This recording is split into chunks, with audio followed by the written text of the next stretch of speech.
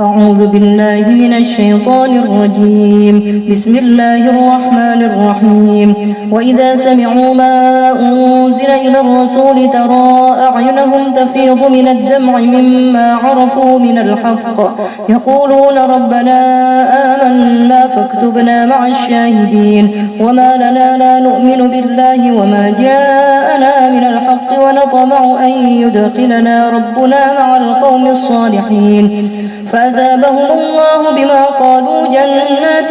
تجري من تحتها الأنهار خالدين فيها وذلك جزاء المحسنين. والذين كفروا وكذبوا بآياتنا أولئك أصحاب الجحيم. يا أيها الذين آمنوا لا تحرموا طيبات ما أحل الله لكم ولا تعتدوا إن الله لا يحب المعتدين. وكلوا مما رزقكم الله حلالا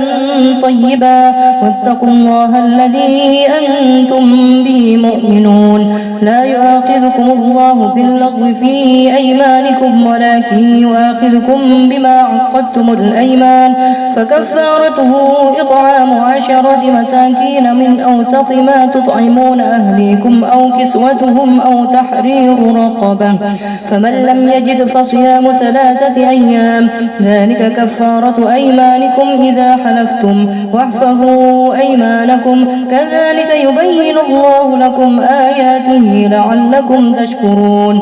يا أيها الذين آمنوا إنما الخمر والميسر والأنصاب والأزلام رجس من عمل الشيطان فاجتنبوه لعلكم تفلحون. إنما يريد الشيطان أن يوقع بينكم العداوة والبغضاء في الخمر والميسر ويصدكم عن ذكر الله وعن الصلاة فهل أنتم منتهون. وأطيعوا الله وأطيعوا الرسول واحذروه فإن توليتم فاعلموا أنما على رسولنا البلاغ المبين. ليس على الذين آمنوا وعملوا الصالحات جناح فيما طعموا إذا ما اتقوا وآمنوا وعملوا الصالحات ثم اتقوا وآمنوا ثم اتقوا وأحسنوا والله يحب المحسنين. يا أيها الذين آمنوا لا يبلونكم الله بشيء من الصيد تناله أيديكم ورماحكم ليعلم الله من يخافه بالغيب فمن اعتدى بعد ذلك فله عذاب أليم. يا أيها الذين آمنوا لا تقتلوا الصيد وأنتم حرم ومن قتله منكم متعمدا فجزاء مثل ما قتل من النعم يحكم به ذوى عدل منكم هديا بالغ الكعبة أو كفارة طعام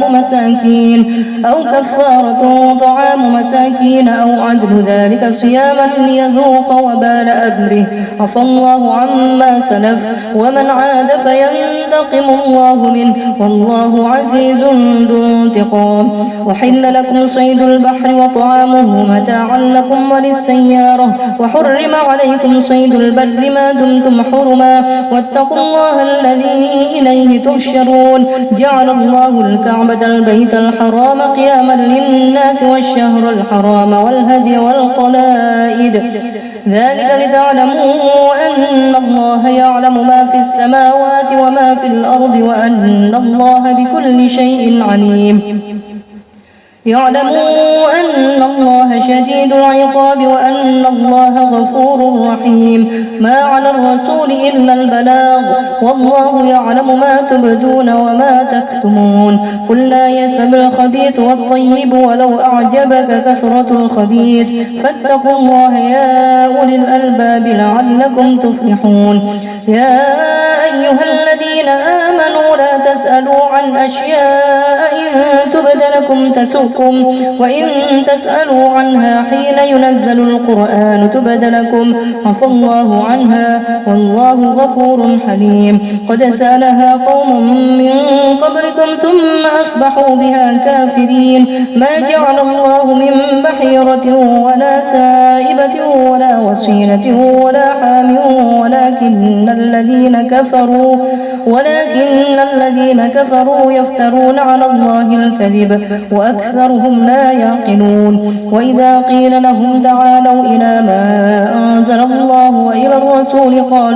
قالوا حسبنا ما وجدنا عليه آباءنا أولو كان آباؤهم لا يعلمون شيئا ولا يهتدون. يا أيها الذين آمنوا عليكم أنفسكم لا يضركم من ضل إذا اهتديتم إلى الله مرجعكم جميعا فينبئكم بما كنتم تعملون. يا أيها الذين آمنوا شهادة بينكم إذا حضر أحدكم الموت حين الوصية اثنان ذوى عدل منكم أو آخران من غيركم إن أنتم ضربتم في الأرض فأصابتكم مصيبة الموت تحبسونهما من بعد الصلاة فيقسمان بالله إن ارتبتم لا نشتري به ثمنا ولو كان ذا قربى ولا نكتم شهادة الله إنا إذا لمن الآثمين. فإن عثر على أنهما استحقا إثما فآخران يقومان مقامهما من الذين استحق عليهم الأوليان فيقسمان بالله لشهادتنا أحق من شهادتهما وما اعتدينا إنا إذا لمن الظالمين. ذلك أدنى أن يأتوا بالشهادة على وجهها أو يخافوا أن ترد أيمان بعد أيمانهم واتقوا الله واسمعوا والله لا يهدي القوم الفاسقين. يوم يجمع الله الرسل فيقول ماذا أجبتم قالوا لا علم لنا إنك أنت علام الغيوب. إذ قال الله يا عيسى ابن مريم اذكر نعمتي عليك وعلى والدتك إذ أيدتك بروح القدس تكلم الناس في المهد وكهلا وإذ علمتك الكتاب والحكمة والتوراة والإنجيل وإذ تخلق من الطين كهيئة الطير بإذني فتنفخ فيها فتكون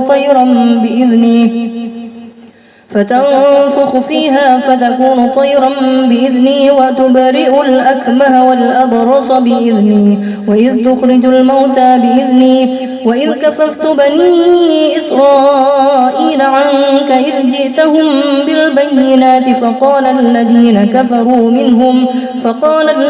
كفروا منهم إن هذا إلا سحر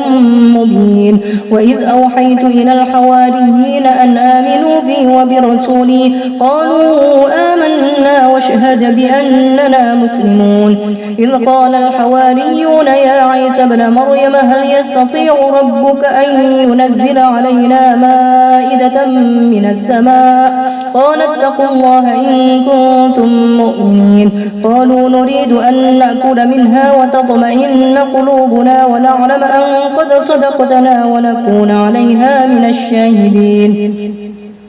قال عيسى ابن مريم اللهم ربنا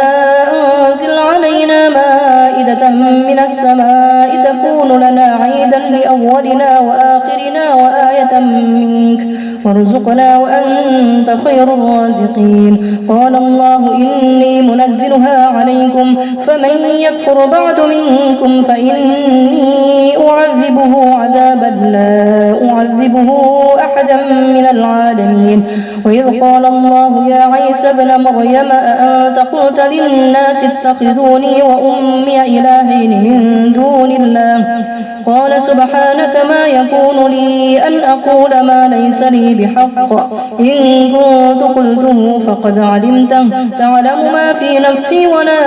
أعلم ما في نفسك إنك أنت علام الغيوب. ما قلت لهم إلا ما أمرتني به أن اعبدوا الله ربي وربكم ربكم وكنت عليهم شهيدا ما دمت فيهم فلما توفيتني كنت أنت الرقيب عليهم وأنت على كل شيء شهيد إن تعذبهم فإنهم عبادك وإن تغفر لهم فإنك أنت العزيز الحكيم قال الله هذا يوم ينفع الصادقين صدقهم لهم جنات تجري من تحتها الأنهار خالدين فيها أبدا رضي الله عنهم ورضوا عنه ذلك الفوز العظيم لله ملك السماوات والأرض وما فيهن وهو على كل شيء قدير بسم الله الرحمن الرحيم الحمد لله الذي خلق السماوات والأرض وجعل الظلمات والنور ثم الذين كفروا بربهم يعدلون هو الذي خلقكم من طين ثم قضى أجلا وأجل مسمى عنده ثم أنتم تمترون وهو الله في السماوات وفي الأرض يعلم سركم وجهركم ويعلم ما تكسبون وما تأتيهم من آية من آيات ربهم إلا كانوا عنها معرضين فقد كذبوا بالحق لما جاءهم فسوف يأتيهم أنباء ما كانوا به يستهزئون ألم يروا كم أهلكنا من قبلهم من قرن مكناهم في الأرض ما لم نمكن لكم وأرسلنا السماء عليهم مدرارا وجعلنا الأنهار تجري من تحتهم فأهلكناهم بذنوبهم وأنشأنا من بعدهم قرنا آخرين ولو نزلنا عليك كتابا في قرطاس فلمسوه بأيديهم لقال الذين كفروا إن هذا إلا سحر مبين وقالوا لولا أنزل عليه ملك ولو أنزلنا ملكا لقضي الأمر ثم لا ينظرون ولو جعلناه ملكا لجعلناه رجلا وللبسنا عليهم ما يلبسون ولقد استهزئ برسل من قبلك فحاق بالذين سخروا منهم ما كانوا به يستهزئون قل سيروا في الأرض ثم انظروا كيف كان عاقبة المكذبين قل لمن ما في السماوات والأرض قل لله كتب على نفسه الرحمة ليجمعنكم إلى يوم القيامة لا ريب فيه الذين خسروا أنفسهم فهم لا يؤمنون وله ما سكن في الليل والنهار وهو السميع العليم قل أغير الله أتخذ وليا فاطر السماوات والأرض وهو يطعم ولا يطعم قل إني أمرت أن أكون أول من أسلم ولا تكونن من المشركين قل إني أخاف إن عصيت ربي عذاب يوم عظيم من يصرف عنه يومئذ فقد رحمه وذلك الفوز المبين وإن يمسسك الله بضر فلا كاشف له إلا هو وإن يمسسك بخير فهو على كل شيء قدير وهو القاهر فوق عباده وهو الحكيم الخبير قل أي شيء أكبر شهادة قل الله شهيد بيني وبينكم وأوحي إلي هذا القرآن لأنذركم به ومن بلغ أئنكم لتشهدون أن مع الله آلهة أخرى قل لا أشهد قل إنما هو إله واحد وإنني بريء مما تشركون الذين آتيناهم الكتاب يعرفونه كما يعرفون أبناءهم الذين خسروا أنفسهم فهم لا يؤمنون ومن أظلم ممن افترى على الله كذبا أو كذب بآياته إنه لا يفلح الظالمون ويوم نحشرهم جميعا ثم نقول للذين أشركوا أين شركاؤكم الذين كنتم تزعمون ثم لم تكن فتنتهم إلا أن قالوا والله ربنا ما كنا مشركين الظالمين انظر كيف كذبوا على أنفسهم وضل عنهم ما كانوا يفترون ومنهم من يستمع إليك وجعلنا على قلوبهم أكنة أن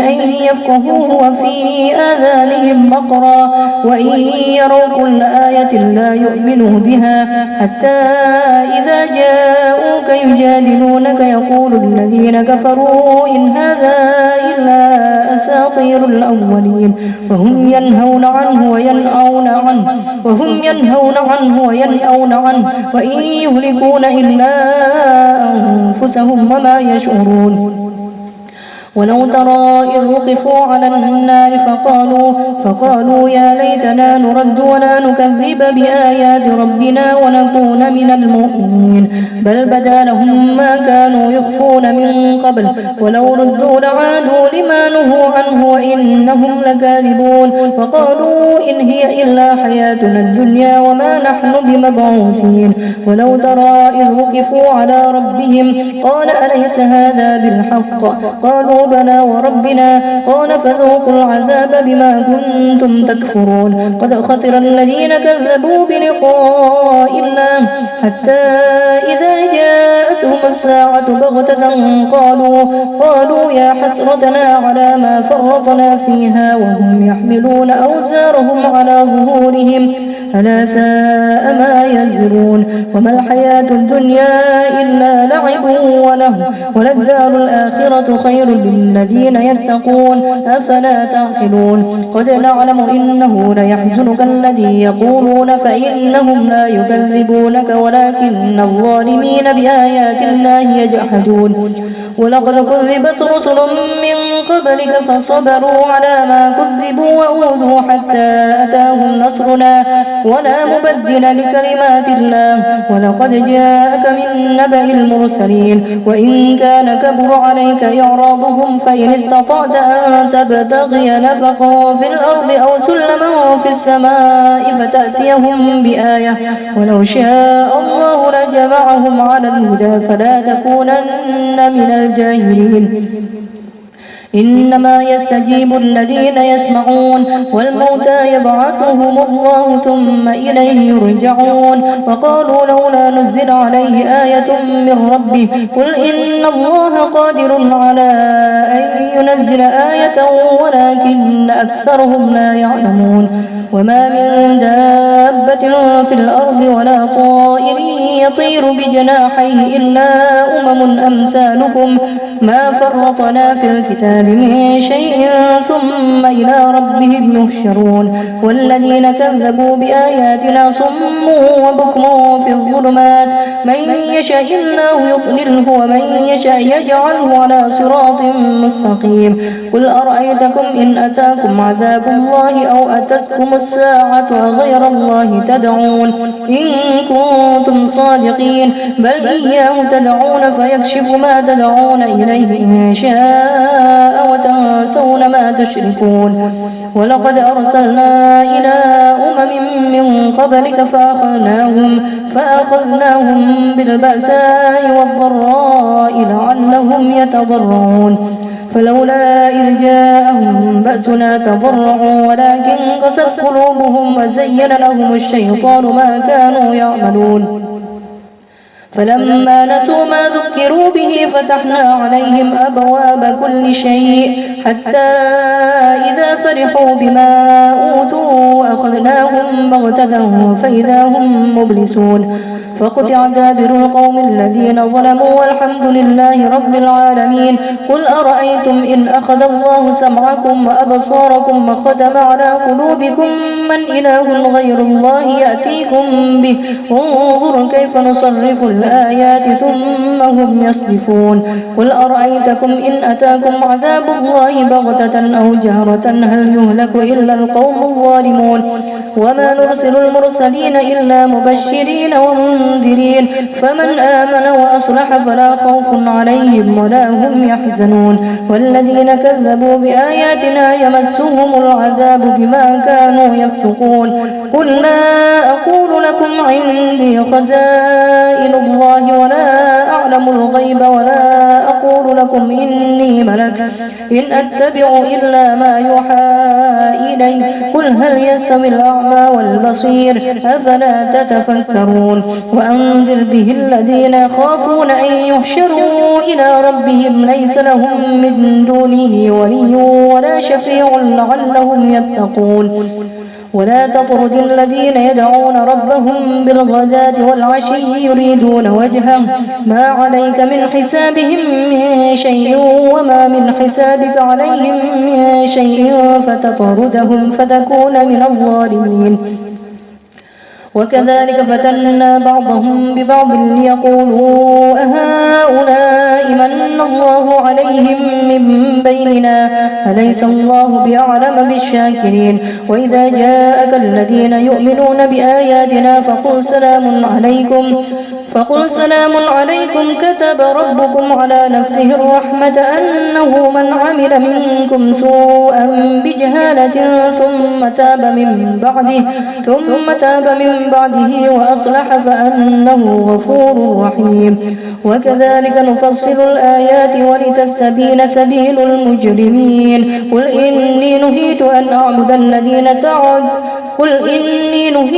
أعبد الذين تدعون من دون الله قل لا أتبع أهواءكم قد ضللت إذا وما أنا من المهتدين قل إني على بينة من ربي وكذبتم به ما عندي ما تستعجلون به إن الحكم إلا لله يقص الحق وهو خير الفاصلين قل لو أن عندي ما تستعجلون به لقضي الأمر بيني وبينكم والله أعلم بالظالمين وعنده مفاتح الغيب لا يعلمها إلا هو ويعلم ما في البر والبحر وما تسقط من ورقة إلا يعلمها ولا حبة في ظلمات الأرض ولا رطب ولا يابس إلا في كتاب مبين وهو الذي يتوفاكم بالليل ويعلم ما جرحتم بالنهار ثم يبعثكم فيه ليقضى أجل مسمى ثم إليه مرجعكم ثم ينبئكم بما كنتم تعملون وهو القاهر فوق عباده ويرسل عليكم حفظة حتى إذا جاء أحدكم الموت توفته رسلنا وهم لا يفرطون ثم ردوا إلى الله مولاهم الحق ألا له الحكم وهو أسرع الحاسبين قل من ينجيكم من ظلمات البر والبحر تدعونه تضرعا وخفية لئن أنجانا من هذه لنكونن من الشاكرين قل الله ينجيكم منها ومن كل كرب ثم أنتم تشركون قل هو القادر على أن يبعث عليكم عذابا من فوقكم أو من تحت أرجلكم أو يلبسكم شيعا ويذيق بعضكم بأس بعض انظروا كيف نصرف الآيات لعلهم يفقهون وكذب به قومك وهو الحق قل لست عليكم بوكيل لكل نبأ مستقر وسوف تعلمون وإذا رأيت الذين يخوضون في آياتنا فأعرض عنهم حتى يخوضوا في حديث غيره وإما يوسينك الشيطان فلا تقعد بعد الذكرى مع القوم الظالمين وما على الذين يتقون من حسابهم من شيء ولكن ذكرى لعلهم يتقون وذر الذين اتخذوا دينهم لعبا ولهوا وغرتهم الحياة الدنيا وذكر به أن تبسل نفس بما كسبت ليس لها من دون الله ولي ولا شفيع وإن تعدل كل عدل لا يؤخذ منها أولئك الذين أبسلوا بما كسبوا لهم شراب من حميم وعذاب أليم بما كانوا يكفرون قل أندعو من دون الله ما لا ينفعنا ولا يضرنا ونرد على أعقابنا بعد إذ هدانا الله كالذي استهوته الشياطين في الأرض حيران له أصحاب يدعونه إلى الهدى ائتنا قل إن هدى الله هو الهدى وأمرنا لنسلم لرب العالمين وأن أقيموا الصلاة واتقوه وهو الذي إليه تحشرون وهو الذي خلق السماوات والأرض بالحق ويوم يقول كن فيكون قوله الحق وله الملك يوم ينفخ في الصور عالم الغيب والشهادة وهو الحكيم الخبير. وإذ قال إبراهيم لأبيه آزر أتتخذ أصناما آلهة إني أراك وقومك في ضلال مبين وكذلك نري إبراهيم ملكوت السماوات والأرض وليكون من الموقنين فلما جن عليه الليل رأى كوكبا قال هذا ربي فلما أفل قال لا أحب الآفلين فلما رأى القمر بازغا قال هذا ربي فلما أفل قال لئن لم يهدني ربي لأكونن من القوم الضالين فلما رأى الشمس بازغة قال هذا ربي هذا أكبر فلما أفلت قال يا قوم إني بريء مما تشركون إني وجهت وجهي للذي فطر السماوات والأرض حنيفا وما أنا من المشركين وحاجه قومه قال أتحاجوني في الله وقد هدان ولا أخاف ما تشركون به إلا أن يشاء ربي شيئا وسع ربي كل شيء علما أفلا تتذكرون وكيف أخاف ما أشركتم ولا تخافون أنكم أشركتم بالله ما لم ينزل به عليكم سلطانا فأي الفريقين أحق بالأمن إن كنتم تعلمون الذين آمنوا ولم يلبسوا إيمانهم بظلم أولئك لهم الأمن وهم مهتدون وتلك حجتنا آتيناها إبراهيم على قومه نرفع درجات من نشاء إن ربك حكيم عليم ووهبنا له إسحاق ويعقوب كلا هدينا ونوحا هدينا من قبل ومن ذريته داود وسليمان وأيوب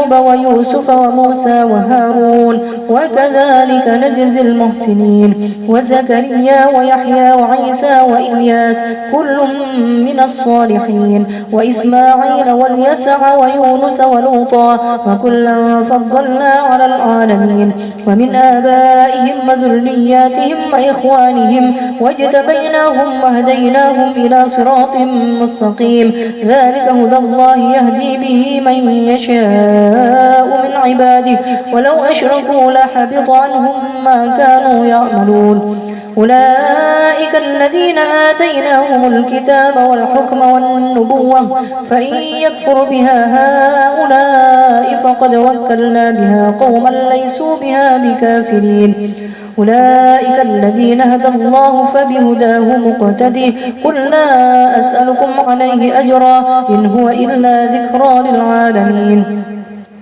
وما قدر الله حق قدره إذ قالوا ما أنزل الله على بشر من شيء قل من أنزل الكتاب الذي جاء به موسى نورا وهدى للناس تجعلونه قراطيس تبدونها وتخفون كثيرا وعلمتم ما لم تعلموا أنتم ولا آباؤكم قل الله ثم ذرهم في خوضهم يلعبون وهذا كتاب أنزلناه مبارك مصدق الذي بين يديه ولتنذر أم القرى ومن حولها والذين يؤمنون بالآخرة يؤمنون به وهم على صلاتهم يحافظون ومن أظلم ممن افترى على الله كذبا أو قال أوحي إلي ولم يوحى إليه شيء ومن قال سأنزل مثل ما أنزل الله ولو ترى إذ الظالمون في غمرات الموت والملائكة باسطوا أيديهم أخرجوا أنفسكم اليوم تجزون عذاب الهون بما كنتم تقولون على الله غير الحق وكنتم عن آياته تستكبرون ولقد جئتمونا فرادا كما خلقناكم أول مرة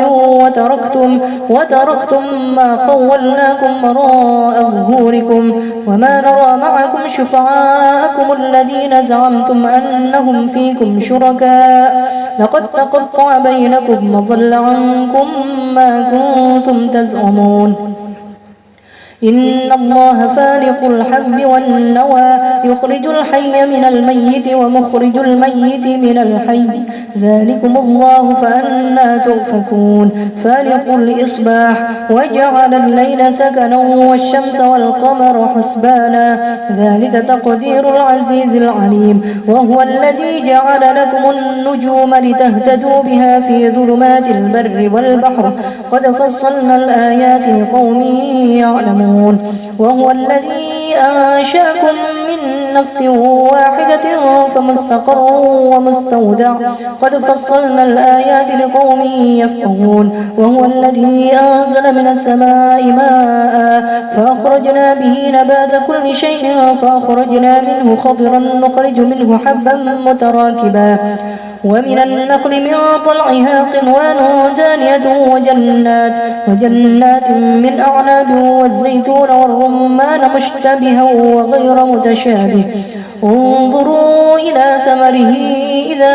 أثمر وينعه إن في ذلكم لآيات لقوم يؤمنون وجعلوا لله شركاء الجن وخلقهم وخرقوا له بنين وبنات بغير علم سبحانه وتعالى عما يصفون بديع السماوات والأرض